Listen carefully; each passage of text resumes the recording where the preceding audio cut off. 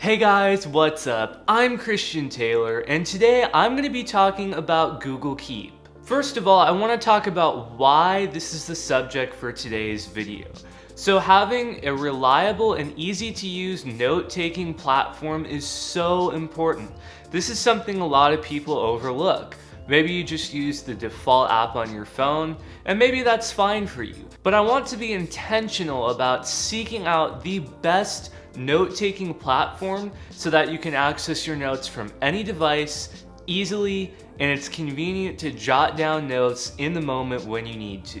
So that led me to take a look at Google Keep and share with you the pros and cons and whether you might consider it for your note-taking platform of choice. So starting out with the pros, or the good things about Google Keep, it's 100% free and it's available on Android, iOS, and web. The web interface is really elegant and easy to use, as are all the apps, and it's cool that they're all tied together in a unified experience. Now, the simple interface uses a cards type style and lets you add notes easily with just a tap. You can add checkboxes, audio recordings, images, and more.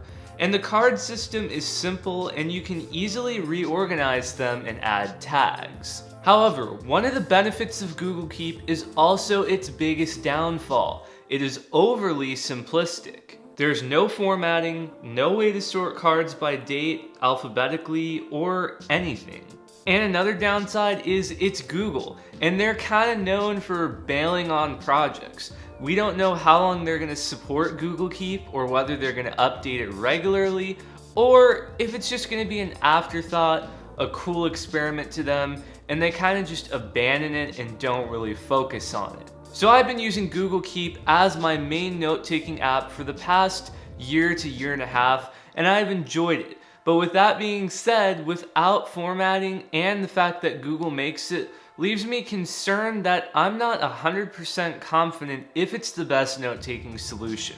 I think it's a very solid choice, and I think it's a step above the default apps like the one from Samsung or the Apple Notes app.